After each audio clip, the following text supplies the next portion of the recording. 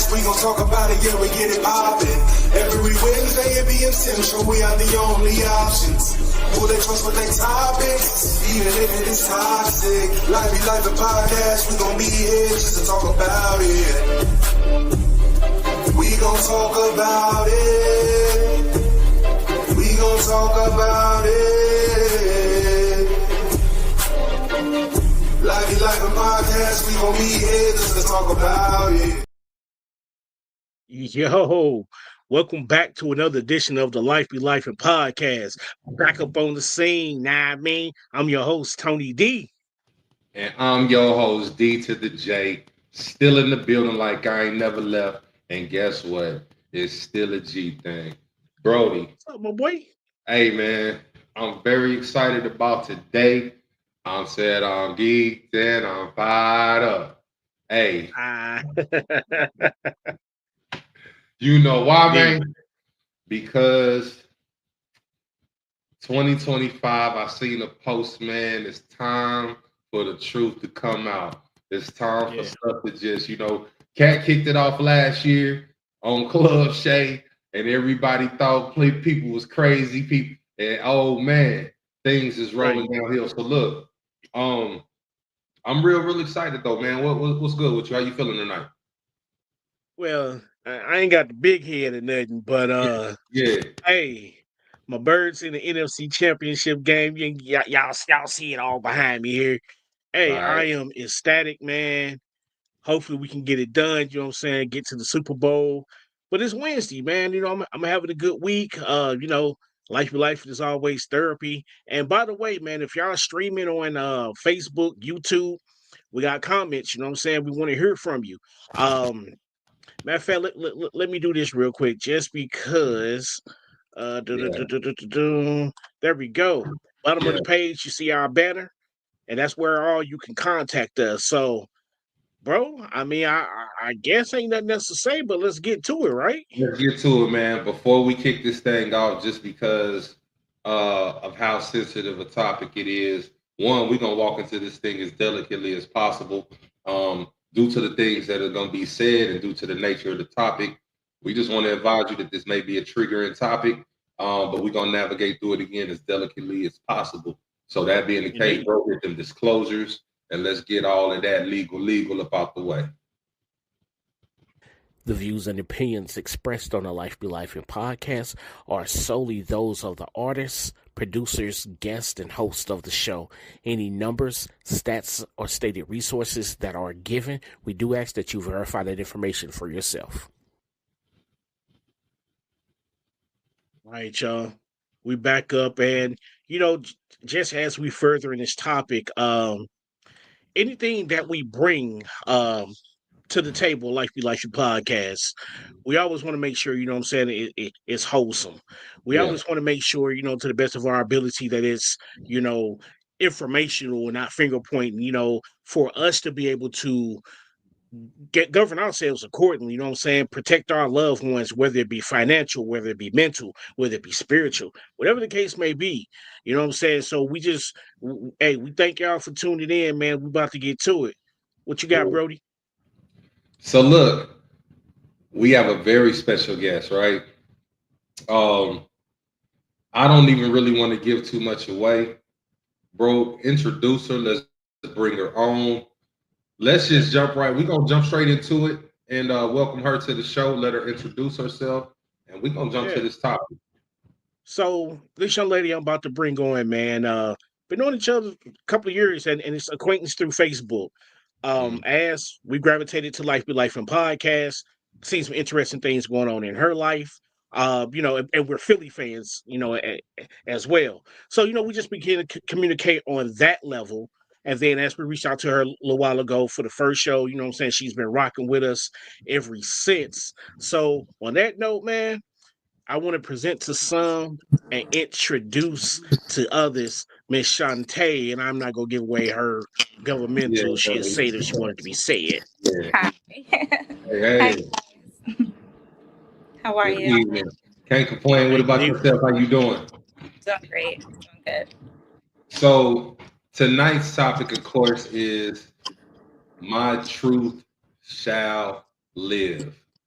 And you know, when you reached out to me, maybe like the 6th, 7th of this month, you brought some stuff to me that I was just like, wow. I was I was at work when this happened, and I had to get off the floor. Like it really just took me by surprise. But it was a topic that is much needed. I'm very glad that you had the courage to really step out there. So before we get started, I want you to kind of just paint a picture for our viewers, just the everyday life as a child. Like, what was that household like? Siblings, just so we can kind of get a little background. Okay, so basically, both my parents were foster kids. And when my mother was 14 years old, she ran away from one of her foster homes and she ran to this particular house where she later had me and raised me in this home. Now, this home was a mother, a father, and 4 children. They had moved from Jacksonville, Florida to New Jersey. And the reason why they moved is because the father was very promiscuous in Florida. So the wife figured, let's move him to another state. He's going to change, but he didn't. They became my mother's foster parents. When I was 2 years old, my father went to jail, and my mother was a single mom, and she was working nonstop. And she needed someone to babysit myself and my younger brother, so she got her foster dad to do it. And that was the first time he ever sexually assaulted me when I was 2. But growing up in the house, from the outside looking in, they were a very well-known family. The mother, she had a daycare center. She was a foster mother. The father, the one that molested me, he worked in law enforcement. They had the Cosby life. The community honored them. They gave them awards, for being prestigious, for being great people. But no one knew behind closed doors the verbal, the emotional, the sexual abuse that myself was going through.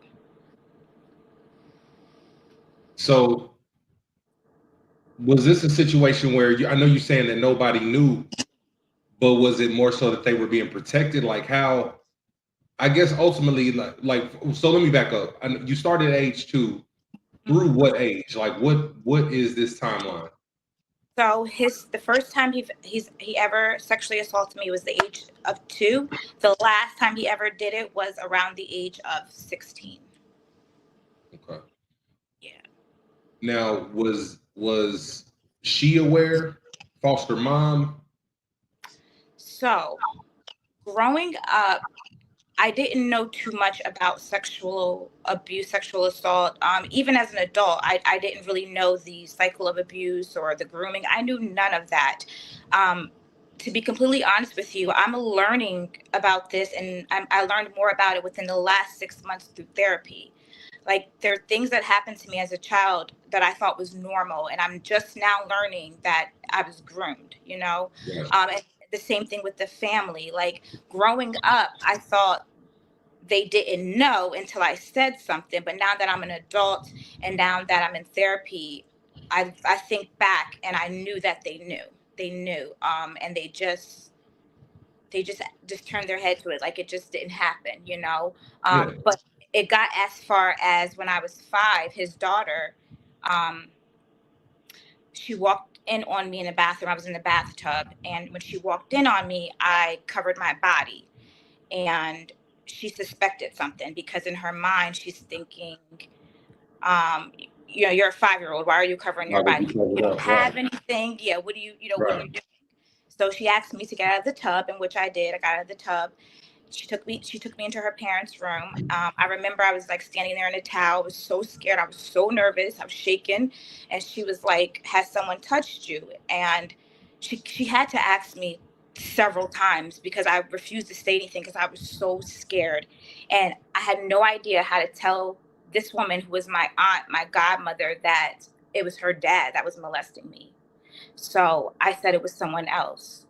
So from the age of 5, I had to hold on to this secret that my abuser is still abusing me and he's not being held accountable for it. Someone else was blamed for it.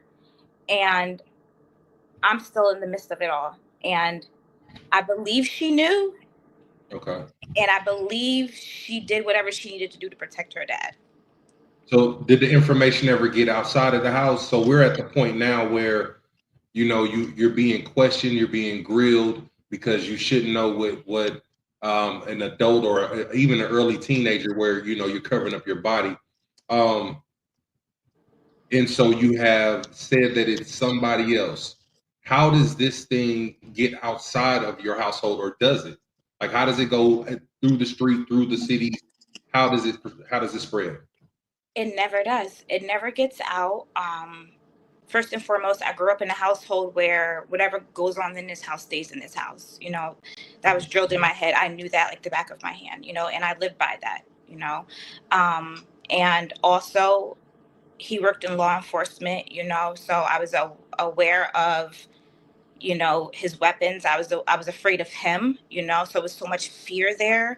And just being a little girl, being fearful of this man, I lived in constant fear. And I never said anything to anyone. I want to say as I got older, I did start to tell like my really, really close friends, like my best friend, I started telling people like that. But then when Like I was older, like when? Elementary school, older. Okay. Yeah. Okay. But then when I was 16 years old, him and I, the man that molested me, we had an incident at his house. So I'm in his house and I'm on the phone with my childhood friend, and he's groping me. And by this time, I had been molested for 14 years, not consistently. And I think that's what saved my life. And I think that's what I think that's why the abuse didn't progress, is because my mother moved us around a lot. So there were times where he didn't have access to me. But for the most part, he abused me for 14 years. So by the time that I'm 16, there is a rage inside of me towards him. It's a scary rage, So that particular day when he groped me, that rage raised up inside of my chest. And I was on the phone with my childhood friend, and I was telling her what was going on, and I pretended that she was his daughter. And I said, "Your dad is touching me." And then I hung up the phone, thinking that that's going to like make him go away, but it didn't. He still did what he did. He was more aggressive. So that's when I went into the kitchen. I got a knife, and I held the knife to him. And I told him, I said, "If you ever in your life touch me again, I will kill you. I will." He's never touched me again after that day. But right after I held the knife to him, his daughter pulls up in the yard. He runs out the door to tell her what happened, because he's thinking that was her on the phone the entire time. It was never her. He goes and tells her everything that happens. Now, this is at 16. So she knows at 16, and she still, till this day, will never admit that she knew. So the person that was named, kind of going back early when everything came out, and you said you named somebody else, like was this somebody that was just a random schoolmate? Like who was this person, and what happened with him? So he was a peer. He was a little older than me, literally like the first name that came to my head. And I don't know the truth about that case. There's so much that I don't know, because first and foremost, I can only tell you guys what I think, because I've asked my godmother, which is his daughter, for the truth, and she just refuses to give it to me. Okay. But I went through this entire process of going to the hospital, being examined, going to talk to social workers, talking to detectives, and my mother never knew. So till this day, I'm still trying to figure out how she did all of this without my mom's consent. So all of the information I have about the case, I don't know what's true or not. I believe she told me he got probation, that they never really charged him for anything serious, that they moved him to another foster home because he was a foster child in our neighborhood. So they moved him to another home, and everything was fine. That's what I heard last from them. So, yeah. As of now, so we've gotten the backstory, leading up, and I'm gonna address the elephant in the room. So why now? This particular time, what has transpired that made you want to become accountable, but vulnerable at the same time? Many reasons. Number one, the average woman is 52 when she reports, and I like a challenge. I'm 39, so that's the first reason. Number two, because I'm learning through therapy that pedophiles. Okay, so I just put this on Facebook the other day. Alcoholics are addicted to alcohol. If they relapse, they take a drink. Pedophiles are addicted to sexually assaulting children. If they relapse, they sexually assault a child, right? Wow. So there's no rehabilitation for a pedophile. So my abuser told me that I was his only victim, that he's never done this to anyone. He's never done it to his blood. This is what he's telling me. I'm learning through therapy that's probably a lie. It's probably a lie, right? So he's going to do it again, or he probably already has done it again. And the reason why he can do it again is because I've never said anything, And then I think when I got wind that he was marrying an apostle that had a church filled with children, I knew right then and there I could not sleep at night knowing that there's a possibility that he would have access to those kids. I knew I had to say something then. Man, wow, it's deep. Yeah, it's deep. So we definitely admonish your courage, because as we first started off, it was audio only. People could come on and say, what I'm saying, whatever. Now this is video, so now there's a face behind the voice, behind the story.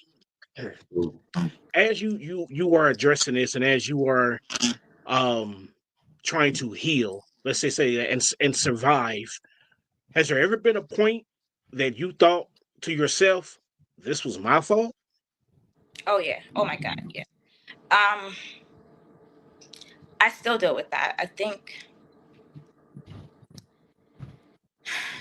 the guilt, the shame, and the embarrassment is like the hardest thing you have to deal with. And it's so unfortunate because it's not your fault. It's like he should feel guilty. He should be embarrassed. He should be ashamed, but survivors or victims, we carry those three things for a very long time.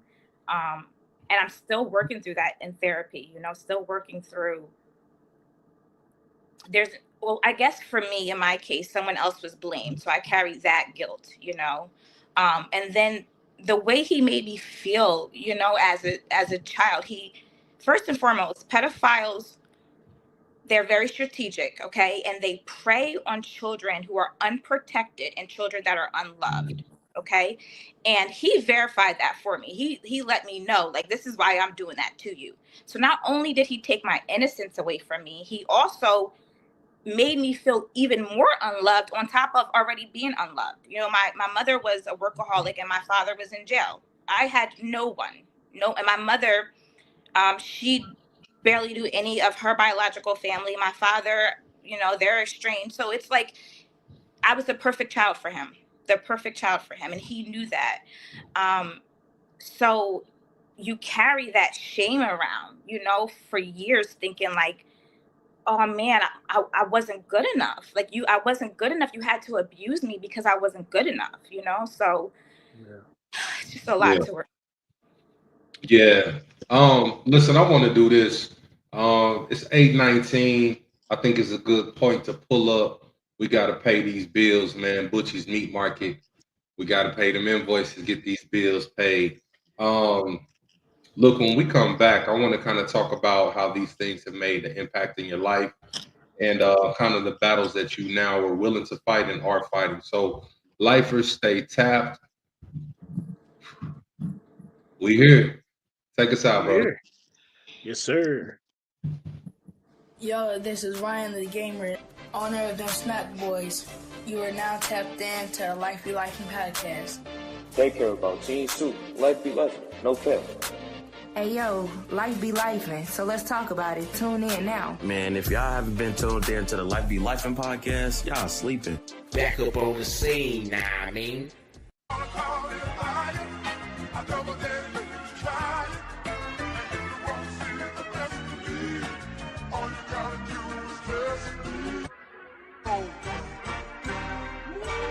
Yeah, I had to hold my head high. I had to let go my pride. I had some worries and some fears, but then I left it to God. Cause honestly, I feel it coming and I know it's my time. The ones that got all this, the ones that ain't got a pot. Imagine throwing a fit when you can be out that spot. You boys still touching on that stove when mama said it was hot. I had a dream, I woke up as king. I'm about to go take me a march. Get ready, get set on your mark. Let's go, I'm taking a start. And all of my dreams got down on my knees. I had to go pray to the Lord. Protect me cause I'm 101. They hate that I'm not one of them. I had a dream, I woke up as king. I'm about to go take me a march. Get ready, get set on your mark. Let's go, I'm taking a start. And all of my dreams got down on my knees. I had to go pray to the Lord. Protect me cause I'm 101. They hate that I'm not one of them. Mama, why they keep doubting me? Yeah, why they won't say they proud of me? Put blood, sweat, and tears, my time to see. I'm on where all that honesty. Been feeling like Schmurd. Boys of the trenches, man, lady trying to get back to poverty. Gotta lift up the kids and send them to school. The trenches can't keep raising prodigy. That's what the knowledge be. Coming together, we gotta do good for the kids. Losing our nieces and nephews to nieces and nephews. Ain't hurt trying to make it us men. Put down the guns and pick up some gloves and knuckle up, wobble like men. Tired of the fake thugs and fake drugs, only doing it for a trend. I had a dream, I woke up as king. I'm about to go take me a march. Get ready, get set on your mark. Let's go, I'm taking a start. And all of my dreams got down on my knees. I had to go pray to the Lord. Protect me cause I'm 101. They hate that I'm not one of them. I had a dream, I woke up as king. I'm about to go take me a march. Get ready, get set on your mark. Let's go, I'm taking a start. And all of my dreams got down on my knees. I had to go pray to the Lord. Protect me cause I'm 101. They hate that I'm not one of them.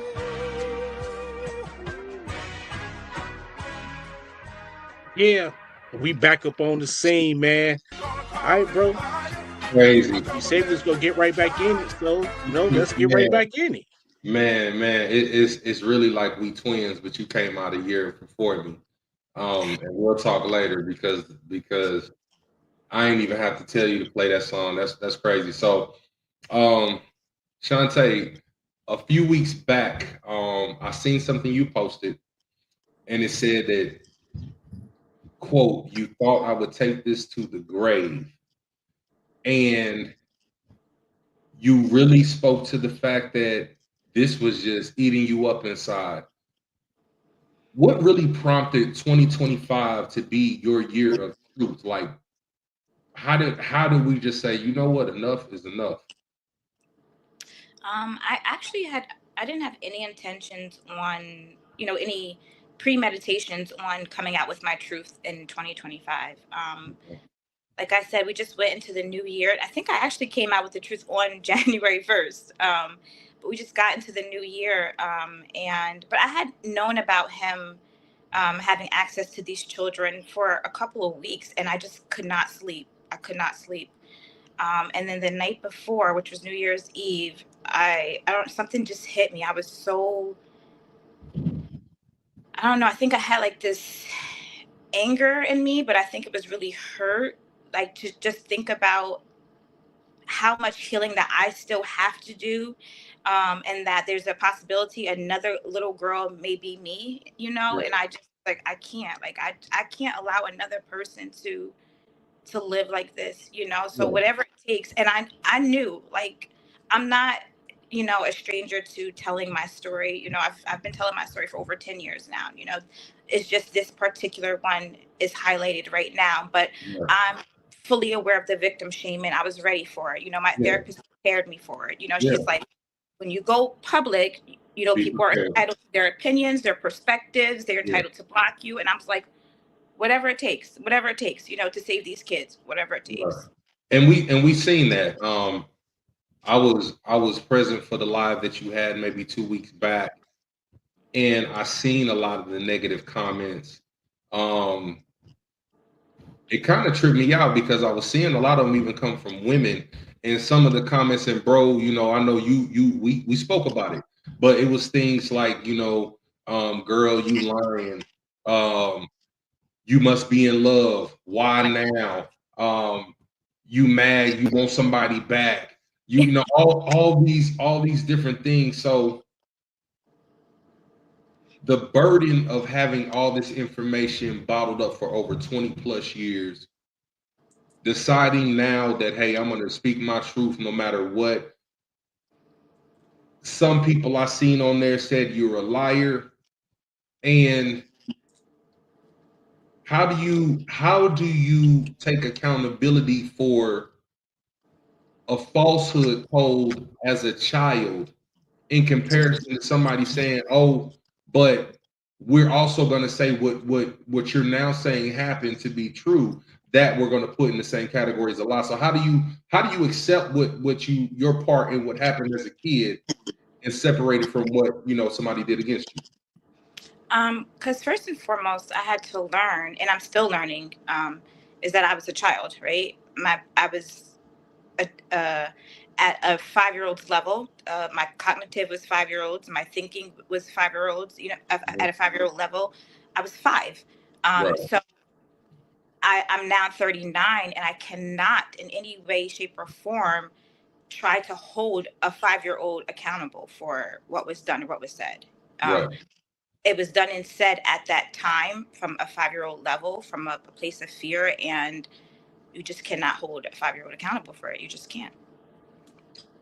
Something that I just thought about, and I don't want to get too far from where we were going, but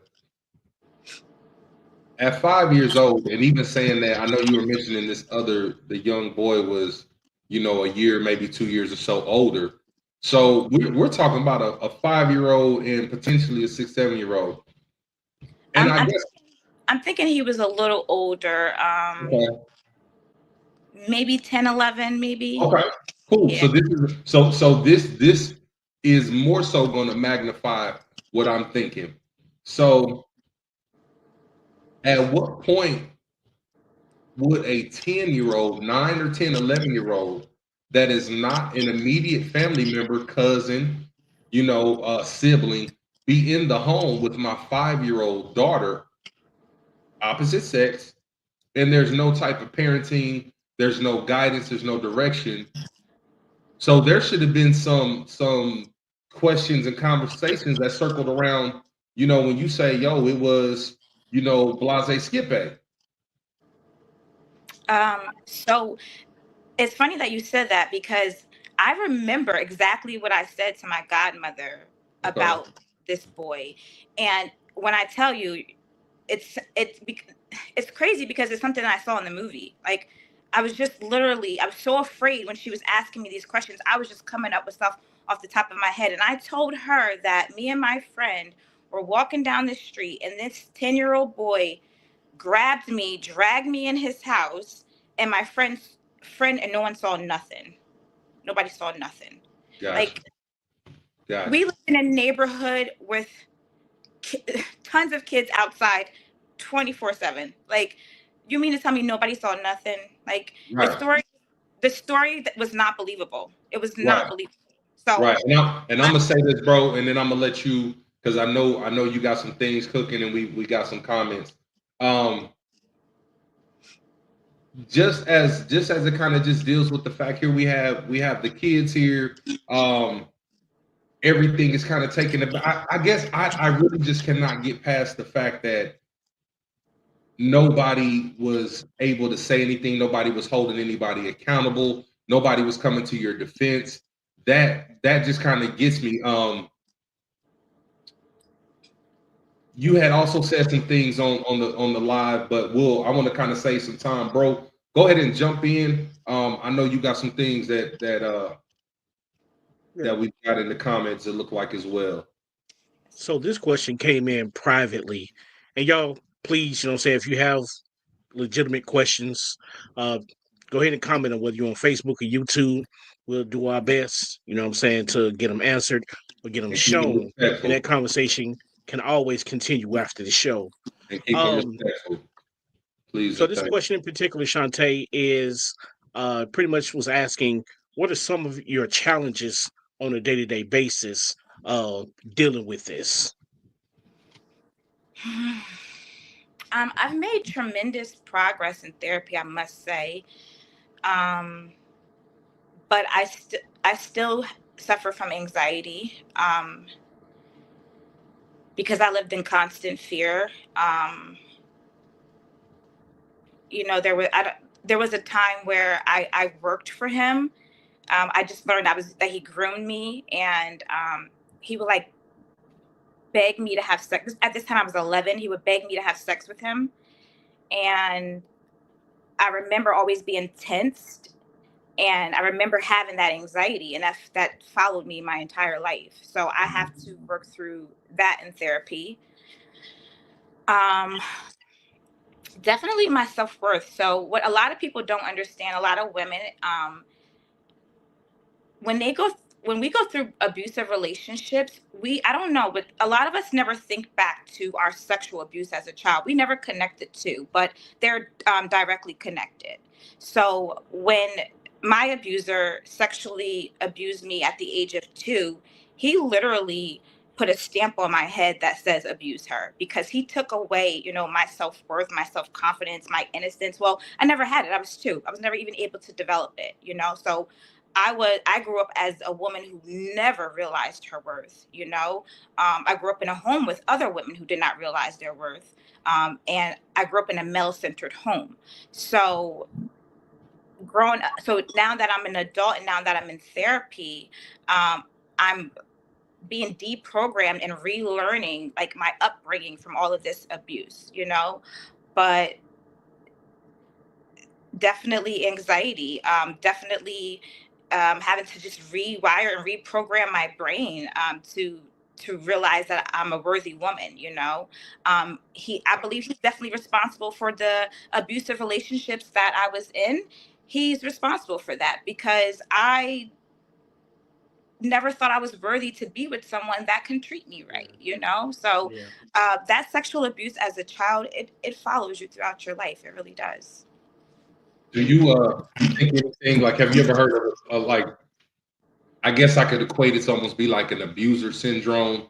Like, I know that there's residue that's there. There's things that are a part of the after effects, but abuse syndrome, meaning like, and not saying it's a situation that you may have went through, but do you look at somebody that's similar in characteristics to your attacker and find yourself having that rage? Are you triggered by somebody, that might have that same cologne smell? Like, is there some type of abuser syndrome that you still deal with? So actually, not in that sense. My syndrome is more so I was an unprotected, unloved child that was abused, and water seeks its own level. So I attracted, past tense, men that were also abused, and they never processed their abuse, so they were abusive. They became like their abusers. And I stuck around because I know what it's like to be abused. I know what it's like to be unloved. I know what it's like to be unprotected. And I want to fix you and I want to love you, And I watched my mother stay with my father while he was abusive. And I watched the man that abused me, his wife stayed with him when he was cheating and molesting kids, So that's all I knew. That was what was modeled before me, Yeah. So that was my syndrome. And I didn't get out of that mindset until I went no contact with that family and had to really look back at my life and say, oh, all of that was wrong. All of that was a lie, and live life for me. So, and we always want you to, to tell this to the best of your ability. public wise, white public? Were there any attempts to made to reach out? Were people just not hearing you? And you like, hey, all right, I gave you a chance, you know what I'm saying, to hear me out, and now I don't feel heard. So now I got to do what I got to do.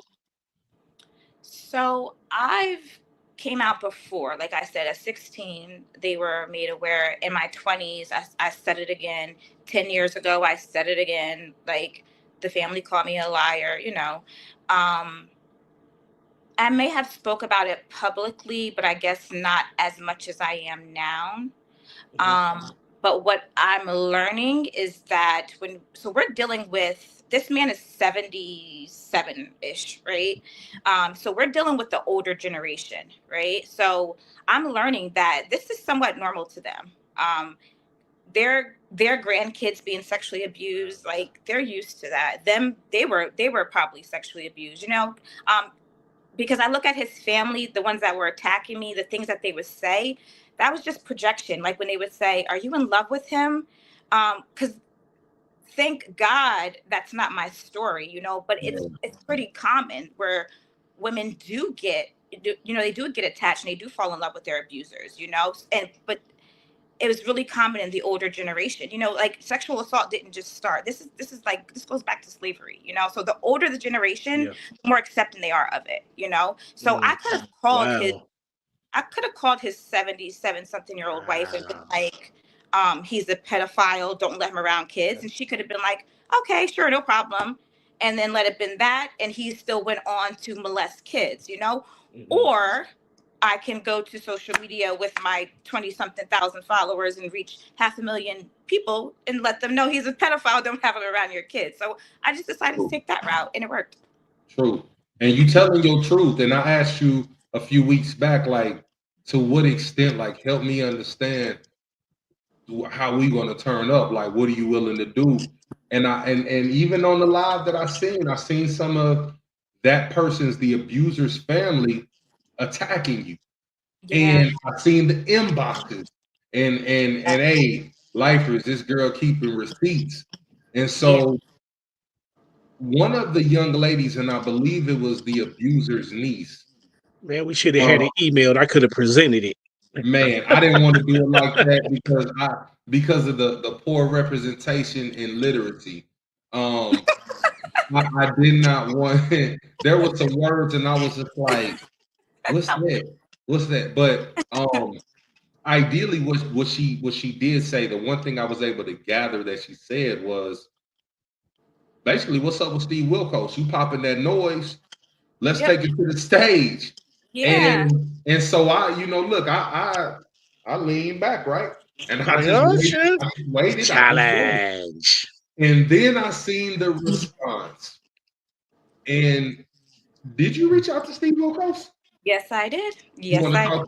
Talk to us about that real quick. What happened? What was the response? Where we at? First and foremost, I should have never had to do that, right? I am the accuser, not the accused. If he's so innocent and he's a pastor and he wants to do this and do that, he should be running to the Steve show to get his name clear, right? But anyway, I reached out to them that morning. It was a Sunday morning. I didn't think they were going to get back to me. A couple of hours later, the producer texted me and was like, we can do this week. Next week. So her and I were talking on the phone. She said, give me a number to his contact. I gave her his daughter's number because she's the one that's been very vocal about it. This has been like well over a week now.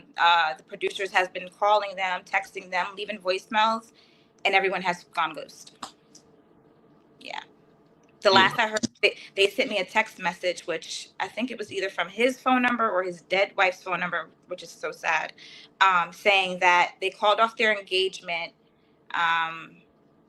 Now leave Apostle Brenda alone. But this was never about Apostle Brenda nor that wedding or engagement. This was always about the children in that church, always. And that doesn't suffice. The engagement being called off does not suffice. He needs to be away from those kids. That's what needs to happen. I'm gonna mention this comment down here. Shout out to Noel. Appreciate you. Hey, shout out to everybody who watching. We just appreciate you watching tonight. But that's Kentucky in the building. That's okay. So it just pretty much states, do you ever see yourself having a conversation with this person and just asking why?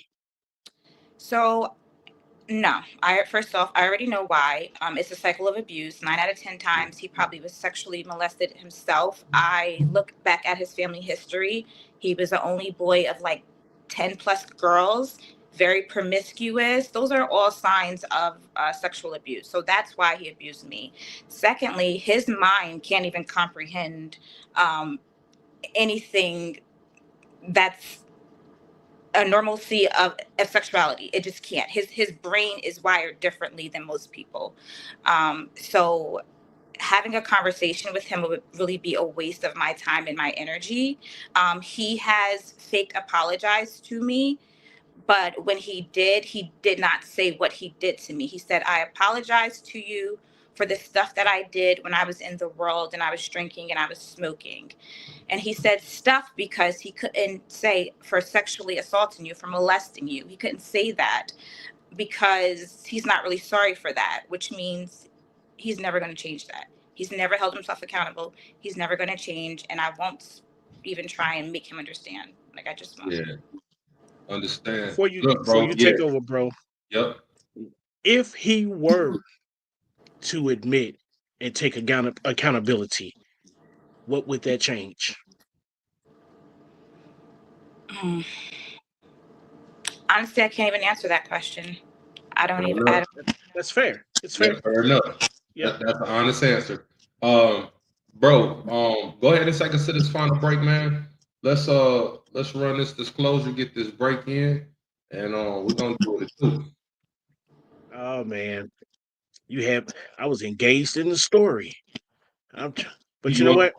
You want to keep going? I got some. Okay. I got some. All right, and we'll be right back with more Life Be Life and podcast.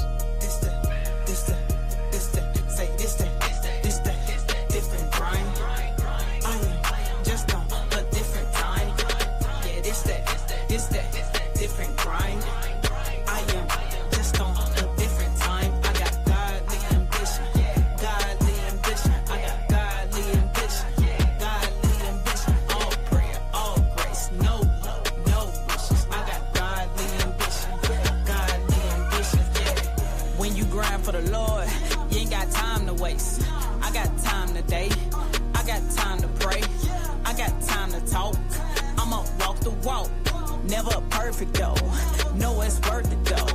I'ma keep it 100, that's real talk, no frontin'. Might let it blow like a trumpet, got spoiled for who want it. Unconcealed, I ain't worried about a pill. Independent, nope, I ain't looking for no major deal. Cause I pull up with ambition, even if the top be missing. No, that don't change my vision. Still on that great commission, still trusting God's provision. Still preaching He is risen, still committed to what was written. No care about opinions, I know where I'm living. This the different grind. I am just on a different time.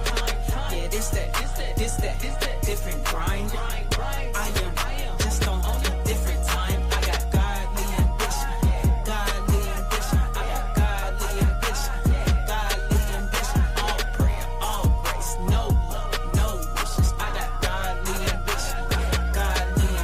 See, I used to be all about mine. Nothing but money was on my mind. I ain't even care about wasting time. Moving in slow-mo, almost 9. How do you think I got this vibe? I was on the brink of losing my mind. I was gonna sink without no mind. In too deep, couldn't see no lie. But God ripped me in, told me I was his. It was like hit and rewind. He was like, I'ma rewrite. Everything wrong be right. How do you think I got this grind? Christ renewed my mind. Price went up like price, so yesterday ain't today's Friday. We go hard like Vegas night, cause we just trying to stay alive. Even after the day we die, we wanna be in paradise. Never know when it's time to go. Got the light, so we let it glow. Living on mission, a Christian, I play my position. Don't see opposition, cause I got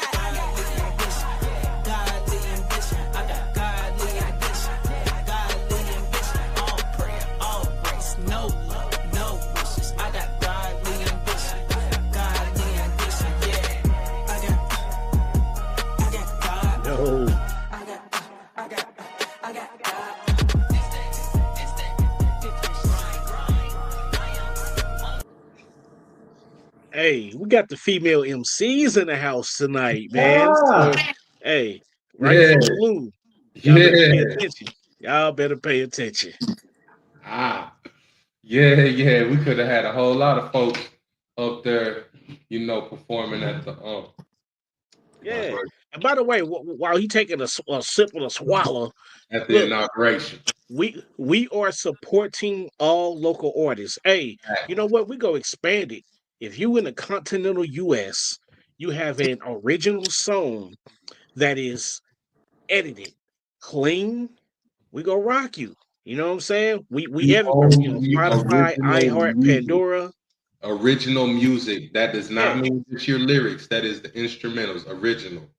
Indeed. Because guess what? If we get sued, you gonna get sued.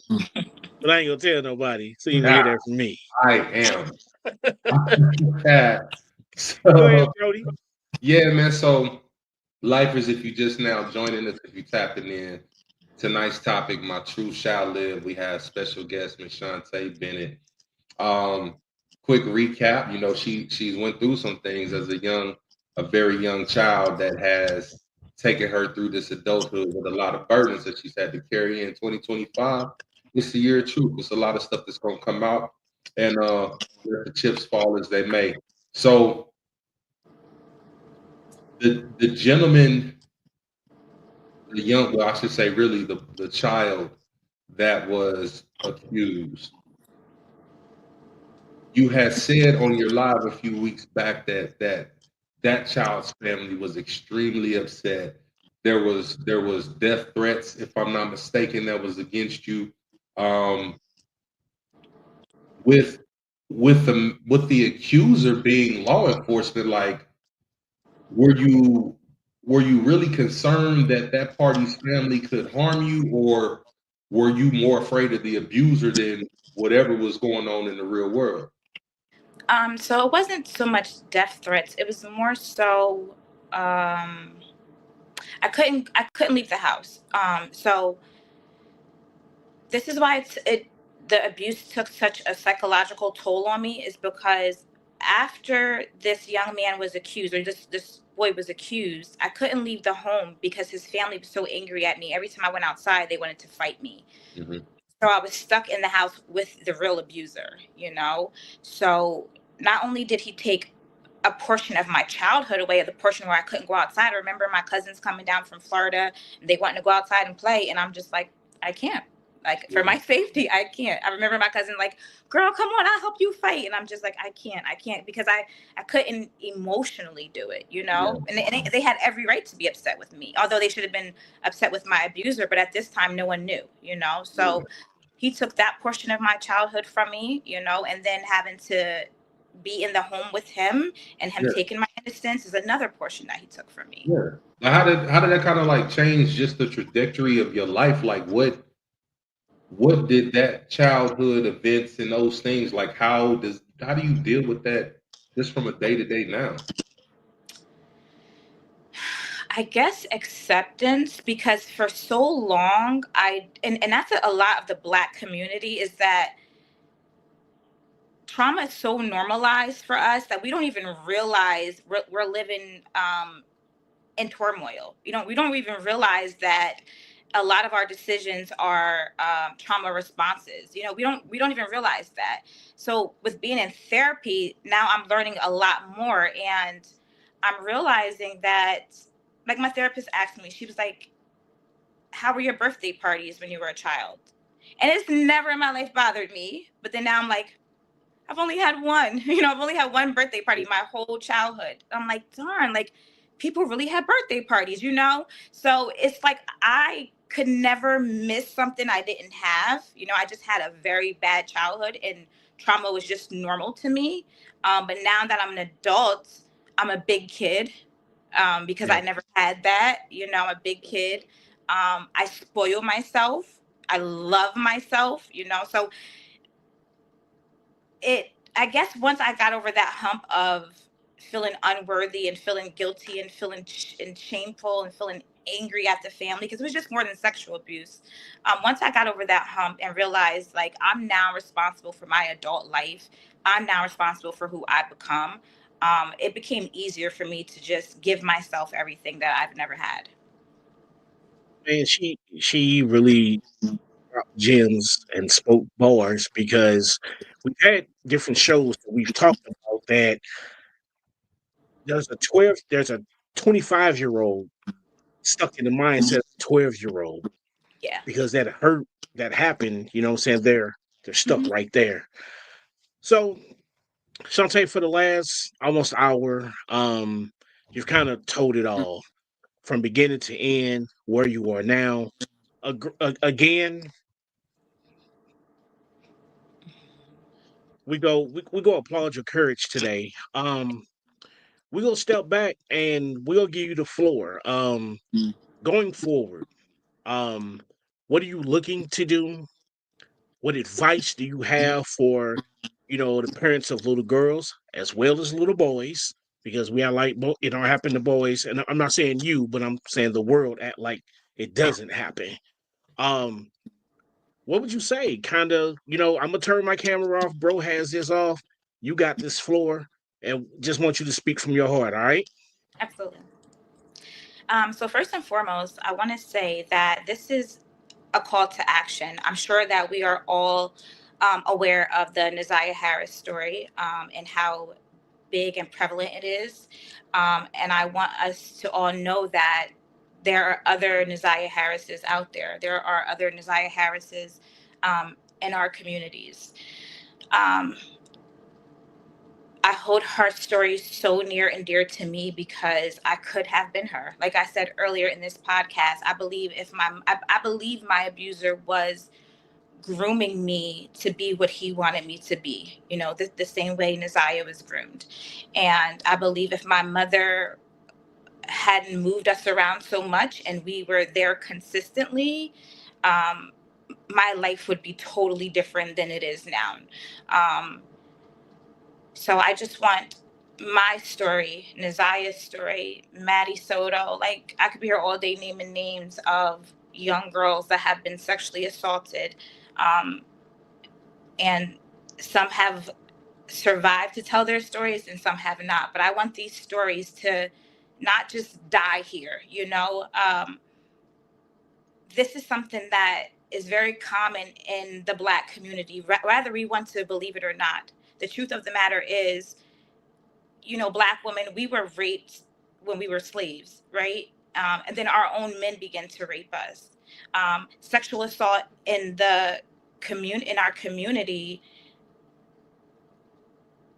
was really normalized. It was pretty common, and it was just passed down from generation to generation to generation, and it was just looked over, and children just suffered and suffered and suffered until someone broke the silence. It's going to take one person to be that one to break the cycle. Is it going to be easy to break the cycle? No, it's not. But I guarantee you, when your children come to you and they don't have to recover from the things that you had to recover from or the things that your parents had to recover from, it's going to be an amazing feeling. So I just encourage mothers, first and foremost, protect your children. Single mothers, sexual assault is higher with a single mother than it is with married couples. Be mindful of who you have around your children. Background checks there's nothing wrong with doing them. Really knowing people, and if they are on the Megan's list, or if they are a convicted sexual predator, no matter how many times society has given them a chance, you don't have to give them a chance. You don't have to. It's just not safe for them to be around your children. The Black community, we have to stop minding our business. We need to get in each other's business. If your friend has a sex offender living with her, you need to be in her business. You need to be reporting. You need to be in her ear. Get that man out of your house. The older generation, you guys have to understand that we're not you. We respect you, we love you, and we understand that you guys think that this isn't such a big deal, but these cases, they change our lives. So it is a big deal. It is a big deal. And I just encourage survivors to just speak out. Speak out. Speak out, because the moment you speak out, you stop that predator from hurting another child. Speak out. Do it in your own time. Speak out.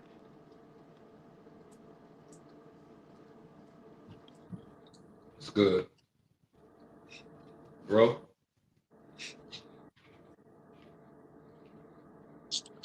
My bad. I'm talking and I'm still muted. But Shantae, again, we appreciate your courage though tonight, just putting it out there. Um, we pray that all will heed to the warnings, listen to, and most importantly, any other victims, and not just in your situation, but any situation, to step up and get that help that they need as well, because it's affecting countless people. So we appreciate you. We're gonna put you in the background. We'll give our final thoughts. We'll sign off on tonight. All right, go Birds. Thank you, guys. Appreciate you. Absolutely. Oh man. Well, soapbox. Weird. I can't say it any better than she said it. And I've said this before. We have to understand our children. We got to understand that when things start being out of the way, when they start acting a different way around a certain person, we have to listen. We understand that children have vivid imaginations, but there's nothing wrong in hearing what your child is saying. And even if you don't react to them, do some investigation for yourself. Because then you know for yourself, if by chance this thing were to happen to my child, at least I took the time to hear them, and I took the time to go and investigate. Hurt people, man. And that's it in a nutshell. We've talked about, toxic relationships, and a lot of times toxic relationships begin in this fashion because this is all I know. So you meet some people, they're not happy unless they're with someone that's always aggressive and, they just playing. And I'm talking about on both sides of the fence, male and female. Yeah. We have to teach our children, little boys, hey, keep your hands to yourself. Because in this day and age, you know what I'm saying? You never know what you could be subject to. Very true. Young women, understand that whether it's willingly or unwillingly, there's a road ahead. We're living in a day and age now that we have internet. Everybody got a cell phone. You see something, say something. Last thing I'm going to say, man, is that we have to keep our kids innocent as long as we possibly can. And you may say, Tony D, what you mean about innocent? A lot of times parents will live by the do as I say and not as I do. And we do certain stuff around our children, but our excuse for it is I'm grown. Allow your kids to have that innocence. Believe in Santa Claus, believe in the Easter Bunny, the Tooth Fairy. Yeah. Whatever, you know what I'm saying, it is. Yeah. Allow them to go outside and play and, be a kid. Because the crazy thing is that we never thought about being a child. Once that step is made into adulthood, whether it be by bad decision, whether it be by life, or whether it be by force, that is nothing anyone can ever do to bring that back. I'm gonna step down. Big facts. Yeah.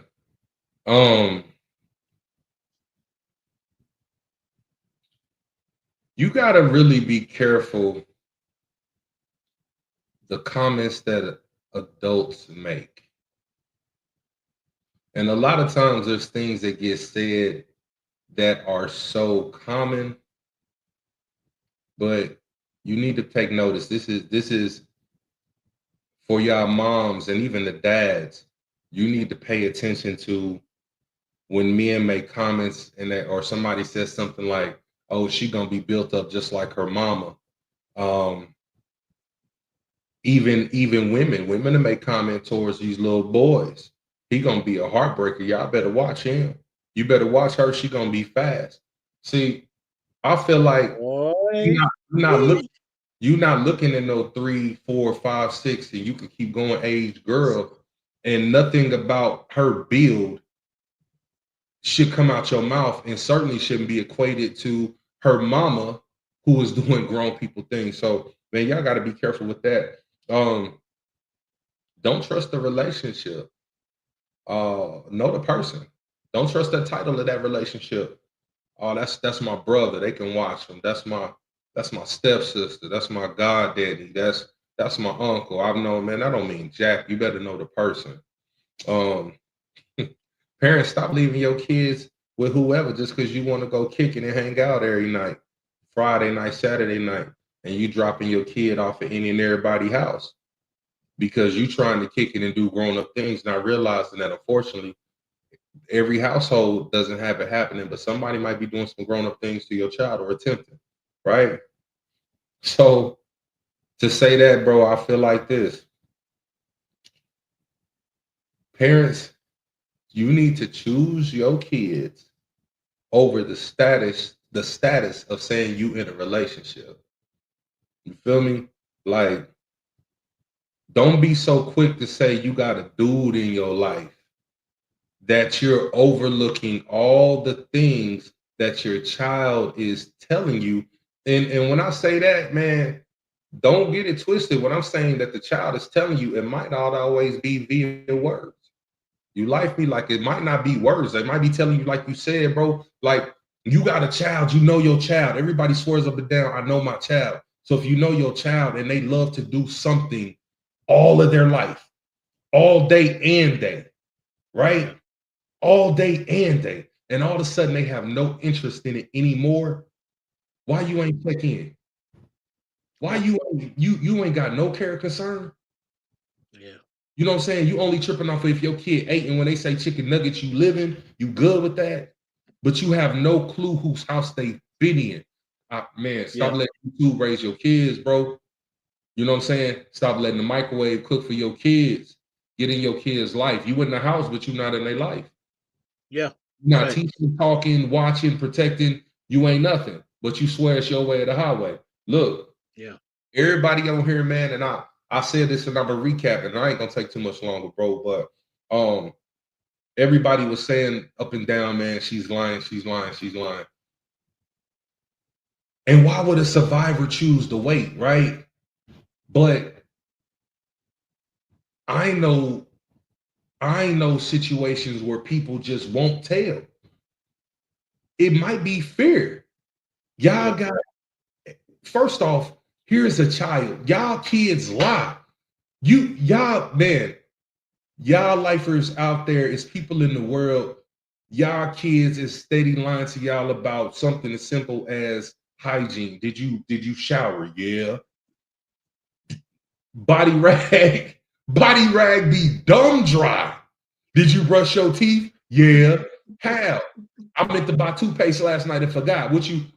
So your kids lied. Right. So why y'all mad that a 5-year-old got scared from an abuser, from a threatening scenario, and she chose to lie? How you mad? And you got a 10, 11, 12-year-old, the only kid you got in the house, peeing on the seat, and he lying talking about it wasn't him.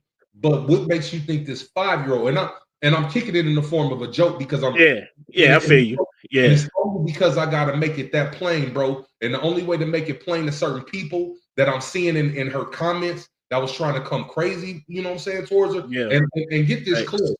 The Light Be Life and podcast, we're not there. So we're not standing in the position of, oh, we speaking and we word bonding everything that we listen. Right. We weren't there. But what we gonna say is there's a way she's trying to get this truth out. And we gonna extend the olive branch to the abuser's family. Y'all know the line, y'all see what it is. Even Scotty hit us and said we the best duo he's seen since Wings and Ranch. Scotty, we're extending the olive branch out. You can hit us up. We would love to hear your response, and we would love to hear when you're gonna jump on the Steve Wilkos show. We had 2 seasons back, bro. We had a young lady on the episode, and she told her story, and her story dealt with sexual assault. Right. As he was giving her wrap up, bro, she said something that I will never not be able to hear in my head as long as God gives me memory. She said, in speaking to other survivors, she called it, her words, "You will never be the same." Never. Bro, that took me out that day, right? Yeah. Because when you think of the fact that somebody will never be the same, but you got the nerve to have people, especially out of all the people, females, that are saying you lying, right? But knowing that these people, it's people that have been abused that they can't even get pregnant. Yeah. Their inner working organs have been so damaged by a selfish, demon-driven, lust-driven person that they was willing to not only, man, look, it's people that are dealing with things to this day. It's people that had to go full term and carry a child because the laws for abortion in that state did not allow it, even if it came from a sexual assault. There's states that we know, bro, to where they chopping up all of these out. Like, you got murder 1, murder 2, murder 3. How many people out there knew that it's rape 1, rape 2, rape 3, sexual assault, sexual battery? Like, what you mean? And in all honesty, bro, if you Google them all, they have the same definition. They just carry various times ranging from probation all the way up to 25, 30. And what boils down to is how well we teach our kids on what things are. Stop teaching your kids to call it a PP. Teach them anatomy. It ain't nasty if it's the actual word, but the fact that your child doesn't know it, and if something happens and they can't say it in front of the judge and jury, that person that they're accusing, they walk. So, bro, as we wrap up tonight, man, I think I'm really looking forward to hearing more people just come out and just say, you know what, we're gonna break the cycle, because everybody says tonight, hurt people hurt people. She gave the scenario that somebody that was once an alcoholic, they slipped, they returned back to that. And so, so the sheer fact that she did not become an abuser, because how many times do you hear people that are sexually assaulting others? It's because they were sexually assaulted. There's a lot of trauma that we talking about. You got some young ladies, bro, is in same-sex relationships, and while y'all out here judging and talking about they of the world, I ain't finna attack her church, because I do remember that episode, Evicted from God's House, that they was a part of, because how they got played, neither here nor there. But a lot of y'all are judging people for their sexuality and what they like. And sometimes it's a direct result because of some of the things that parents and adults weren't there to protect, had no wherewithal, no mental fortitude, no desire. They didn't want to step in and do jack, bro. You know why? They too busy cutting spades. They too busy talking to their homegirls. You lying. It's all of that. Get back to parenting. Cut it. I'm D to the J. Still in the building like I ain't never left. Shout out to heaven. Still a G thing. Every day, all day. I'm gonna say this on our way out, man. Yeah. As two men, and we both have, daughters. I really find it a privilege that we're able to sit on this platform and other women feel comfortable. You know what I'm saying? Coming on. Feel safe enough. Feel safe. Facts. Telling their truth. Man. And we appreciate that. But understand, y'all, we're here for the community. Why? Absolutely. because life gonna keep on lifing, and we're gonna be here to talk about it. I'm your host, Tony D. And I'm your host, D to the J.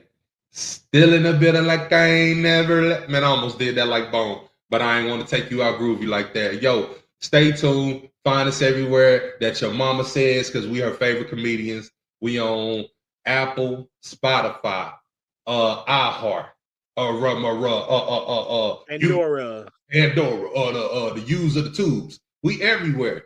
You know what I'm saying? We was gonna do TikTok, but yeah, you know, they playing games with that, so we'll holler. Yeah. See y'all next week. Till next week. We out. Love.